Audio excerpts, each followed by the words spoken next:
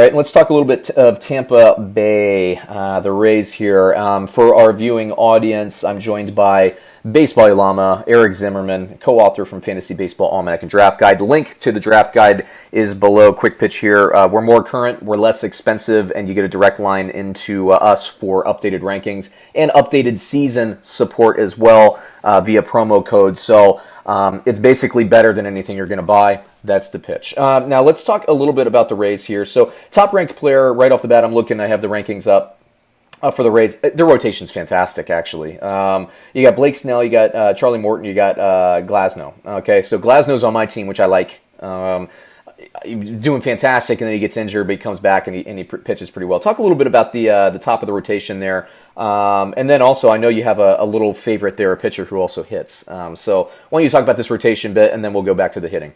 Oh yeah, love the rotation, and I think that's what's going to carry them to the postseason. Morton just continues to shock people. He's continued to be underrated. He's just really, really good, and I know he's not considerably their ace when people look at Snell and maybe Glasnow, but to me, he's their number one. Right, he's that consistent. He's that leader. I could see that for sure. He is. You got Snell, who had a really, really brilliant year in 2018 and had a rough go of it last year. I think he straightens that out, and he might not be an ERA under 2 like he was with a 1.89, but he's also not going to be an ERA of 4. I think he comes in somewhere in the upper 2s, low 3s this year, and has a really good bounce back year.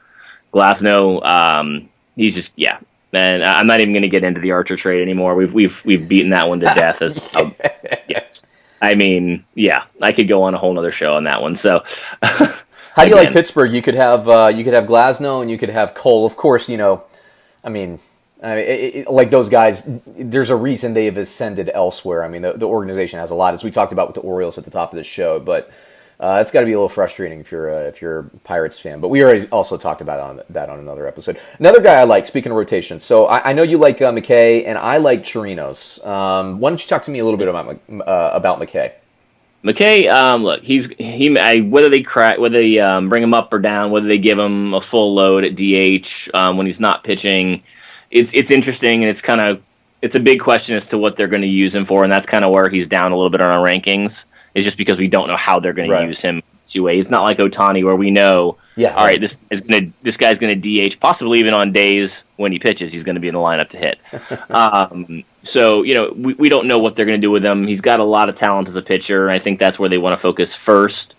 But he'll get some at-bats there as well. So he's a good little option, even if you don't have him selected as a everyday DH or as a everyday player. He's somewhere, he's in your rotation.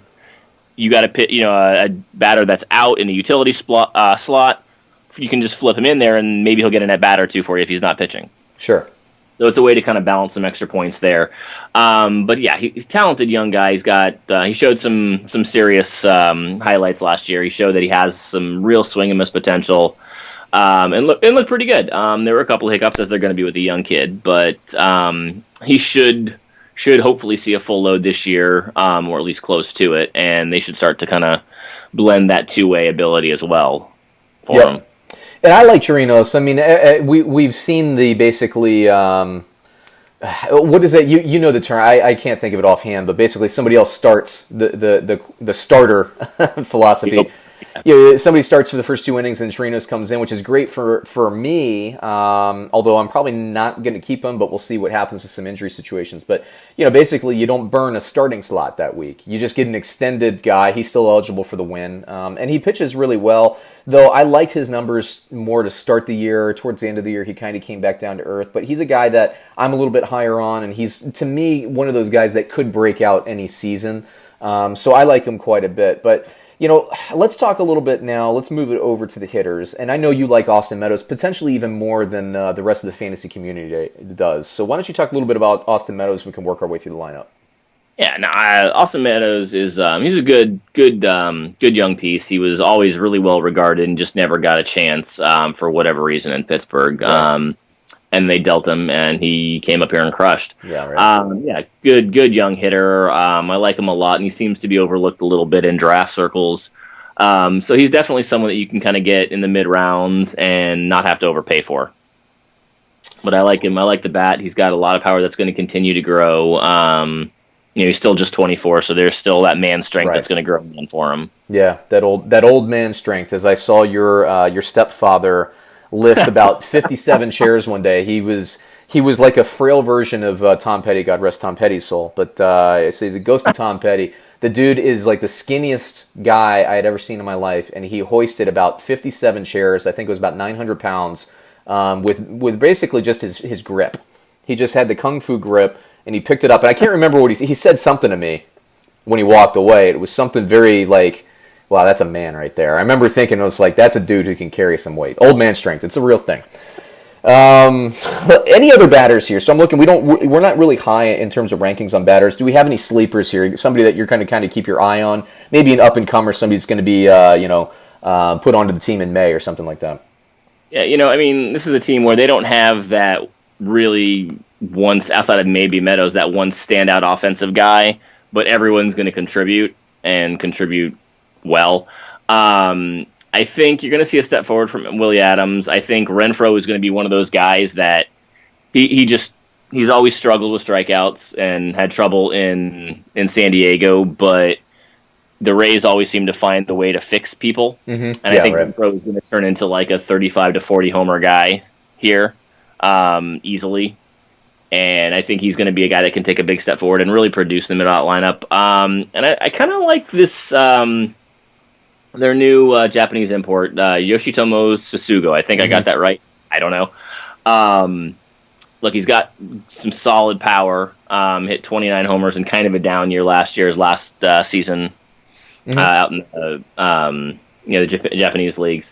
And he's an interesting piece. I've seen comps to Carl Schwarber with a little better defense, but yeah, he's a guy who's probably going to get overlooked completely. You can grab him in the late rounds and, or at least stick him in your watch list and see if he just starts hitting. But he's a guy I'm intrigued by, and I don't see him coming in and just, flailing. It's always interesting to me because you don't really see this in other professional sports leagues, at least in the U.S., where a guy is playing in a professional league elsewhere, comes in and he could potentially be a star, like Ohtani. He's a budding star. He played for years overseas or in Asia.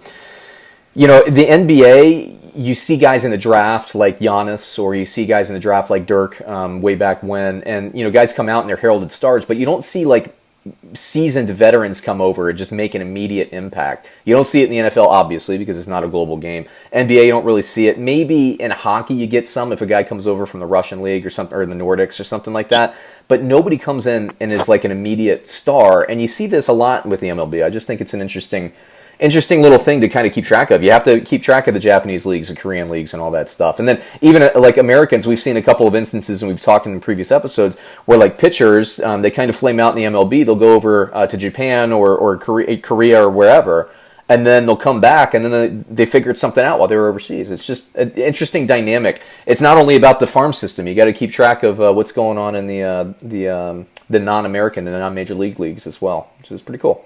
All right, Eric, and let's see. So, ceiling and floor for the Tampa Bay Rays. What do you think? I think the floor for them is the absolute worst case scenario would probably be third place and still battling for a wild card. Wow. They're going to be a good team. They're well run, and they are well run. Consistent. So I don't see them bottoming out and becoming a bottom feeder. Best case scenario, and I'm teetering back and forth here. But best case scenario for them, I think, is easily a division title. And I'm on the edge right now of putting them ahead of the Yankees to win the division in my predictions. Wow. So a lot of it's going to have to do with the Yankees pitching and things like that. But it's not far-fetched at all that they can win this thing. It really isn't. The safe bet is the Yankees, but there's a part of me kind of leaning that way right now towards Tampa taking it. How about that? And maybe it's just bias because I know you're not the biggest Yankees fan in the world. So I'm taking that out of the equation here. I trust you. Okay, cool. Okay.